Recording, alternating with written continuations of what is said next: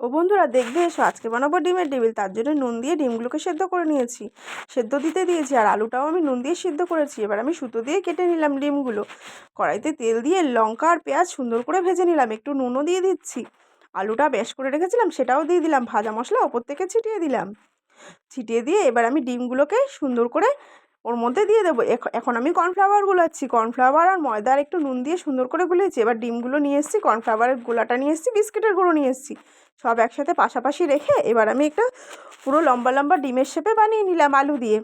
এবার দেখো আমি কর্নফ্লাওয়ারে ডুবিয়ে বিস্কিটের গুঁড়োর মধ্যে টোস্ট করে নিয়ে নাড়িয়ে সুন্দর করে মাখিয়ে দিচ্ছি ডিমের কোটিংটাকে, বিস্কিটের কোটিংটাকে দিয়ে তারপরে আমি গরম তেলে ভেজে নিলাম। এর আগে আমি দুটো ভেজেছিলাম, এটা আমার সেকেন্ডবার ভাজা হচ্ছে।